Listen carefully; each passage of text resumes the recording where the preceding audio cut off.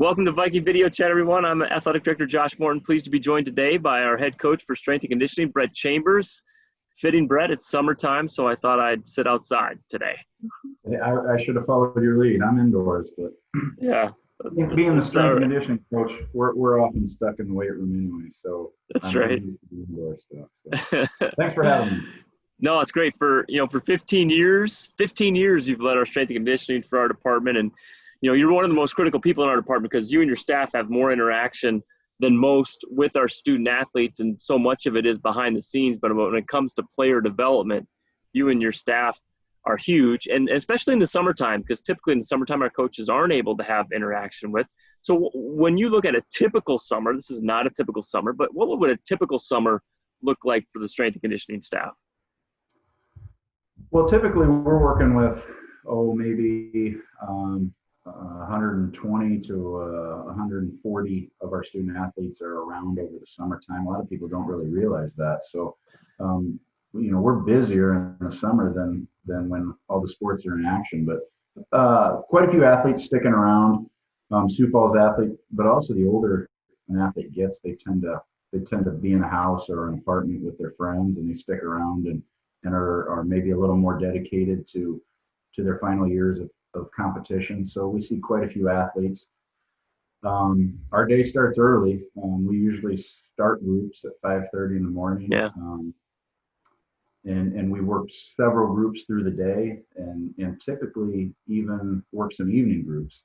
And we've got to set our schedule around the kids' work schedules. Our student athletes are working. They've got jobs, so we need to be available to them before they go to work or after. So we work long days, but I've got assistants. Andy Stocks does a wonderful job.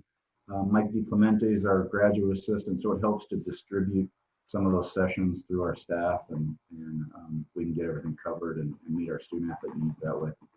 Yeah, and staff's so important. I mean, we have 400 plus student athletes, so to have, last year we were able to add the grad assistant position with Mike, and so valuable because we have, technically 19 sports with 400 athletes. That's a lot, and strength and conditioning has become, as it's evolved, you're not going to do the same thing with a football athlete that you would with a volleyball athlete. Yeah, we try and follow a model similar to what our athletic training staff does, where we assign our coach gets 2, 3, 4 sports, whatever it is, because we really think developing a relationship with those athletes in that sport and the head coach, we're able to do our job a little better. We're able to provide better service to those sports when we know that team inside and out, and we know the demands of that sport. And so it helps. The more staff we have, the better service we can provide, I think. So a typical summer, is it strength building? Is it conditioning? Is it getting ready for a season? How do you differentiate? Well, that's the interesting thing that keeps our job kind of fresh. And when one season's going into in season, another one's moving into an out of season, and another one's halfway through an off season. And so it really kind of depends on the sport. Every sport's a little different. So our fall sports are on a little different calendar than our winter, and our winter is on a little different schedule than our spring. But typically, let's say for our fall sports, we'll spend June in a real kind of a space strength kind of phase. And as July comes around, we move into more specific activities that are dialed in a little tighter to what they do on their sport. And in August, we've got some of those fall sports already reporting. And the winter calendar will be a little different. So in particular, our winter really spends a lot longer time in strength development because we've got the fall to work on conditioning, and the fall to work on more specific things. So every sport's a little different, and that's what kind of keeps our job more interesting, keeps it fresh for us. And I try and break our sports up that way. So, a coach would have a fall sport and a winter and a spring, and that helps us that way. Yeah. And this year has not been unique, or I should say it has been very unique, going through COVID and for all of us itching to get our athletes back, but I think for you and your staff, itching even more. So what was that like? June 1, so for everybody knows, we had a phased opening process. Brett was integral in creating our policies and procedures along with Dr. Scott Boyens, our team physician. and Brian Gary, head athletic trainer. But June 1st, we opened to Sioux Falls athletes. Then we opened it up the next week to all fall sport athletes could come back for voluntary workouts. And now it's open to anybody who wants to come back, assuming they follow our guidelines for health and safety. So what was that like, June 1? Well, it went smoother than I would have expected. I think we even talked after that first week, and I think that was probably in part because we communicated well as a staff with our administration and with our athletic training staff and with our medical director. And so I feel like we came in as prepared as we could be. And there was hurdles and bumps along the way. And probably the hardest thing for us through most of this has been communicating to the athlete. You know, our staffs have been really well prepared and cohesive in everything that we've done. But we've just got, like you said, so many athletes and in such a variety of sports, and they're all kind of looking to head coaches or different people to communicate with. And so communicating all that stuff to them has been maybe one of our bigger challenges. But we've been pleased with the way things have gone. But it's not without hurdles, and we've taken those on and we come across them. But so from the start, June we've been pleased with, and we had good compliance with our athletes, and it was great to see their faces in. They were so excited to be back, and just the social aspect of it too. You know, they grow to spend so much time with their teammates, and to be separated that way was hard for them. I mean, it was hard for us as coaches. We enjoy seeing our athletes and we enjoy working with them. So it was good to see them. That everybody had such smiles on their face and such energy, and so it was a good start June 1.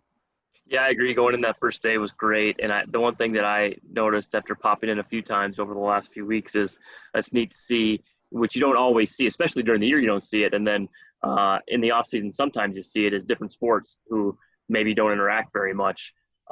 Just because they're also busy in their own sport and their own studies, but to see them interacting, maybe even lifting together, was neat to see too.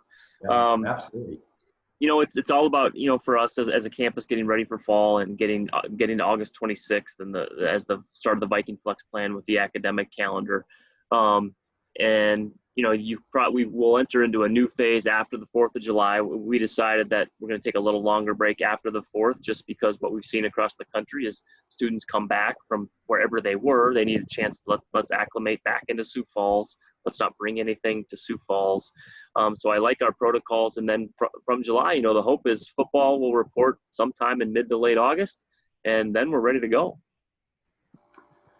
Yeah, I think, you know, we were wise enough, I think, to know that our student athletes are still student athletes, and they want to go and have fun and enjoy social time with each other and families and travel for the 4th. And so I think we knew that they're going to travel around and do some of those fun activities. And so that week off after the 4th is going to be an important week for us. And I think our athletes will do a nice job of complying with that.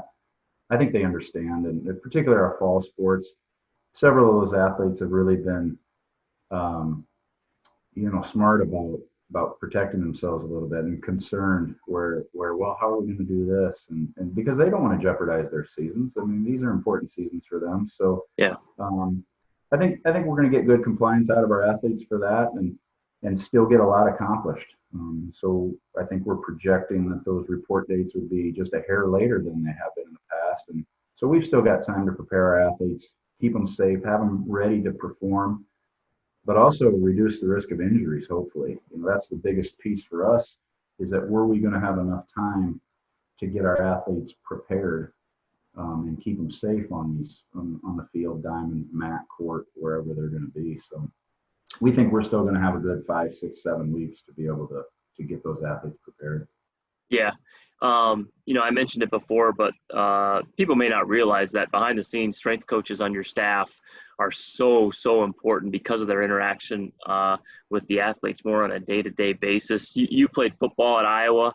And you and I are both about the same age, so as we look back, it seems like a long time ago. I realize. Why do I look so much older? What? I was going to ask you the same thing.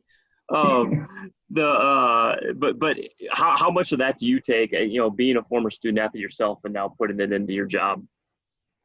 Well, I mean, I've learned, I try to kind of continue learning, being a lifelong learner. And that includes from the time I was a player and at the time I was even a football coach. I take some of those experiences, hopefully, and it helps me grow and know how to connect with our athletes.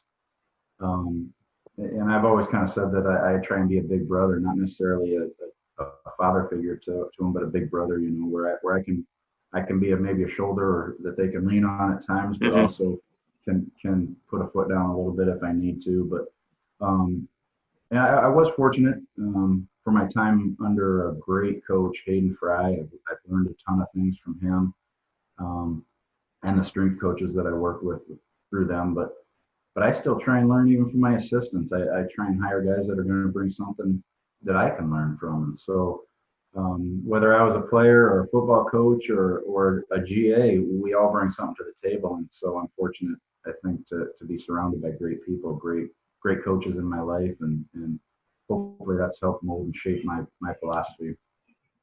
Yeah. And what's your favorite part of your job? Well, the relationships that I build with athletes is the biggest thing, and that's why I got into this side of strength and conditioning. I had some opportunities to maybe get into the private sector, and those opportunities don't provide you with that long-term relationship that you can build with a student athlete. If you see in the private sector, you might work with somebody for an 8-week period and never see them again, or maybe even a year. But I get 4, sometimes 5 years with these athletes and see them to change over that time and develop a relationship with them. That's really what keeps me interested and keeps me hopefully dialed in and trying to be the best strength coach that I can to help them, to develop them. And I think we do so much more than developing them physically.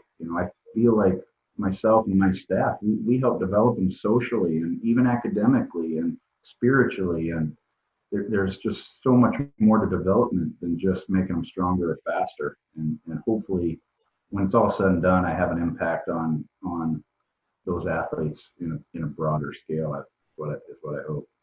Yeah, no, that's well said. And I think for all of us who have a passion for college athletics, it boils down to that, exactly that. And I think we're fortunate at Augustana that the kind of student athletes that we bring in and that we have the opportunity to have for 4 or 5 years on our campus makes it even more special. So, all right, Coach Chambers, thanks very much.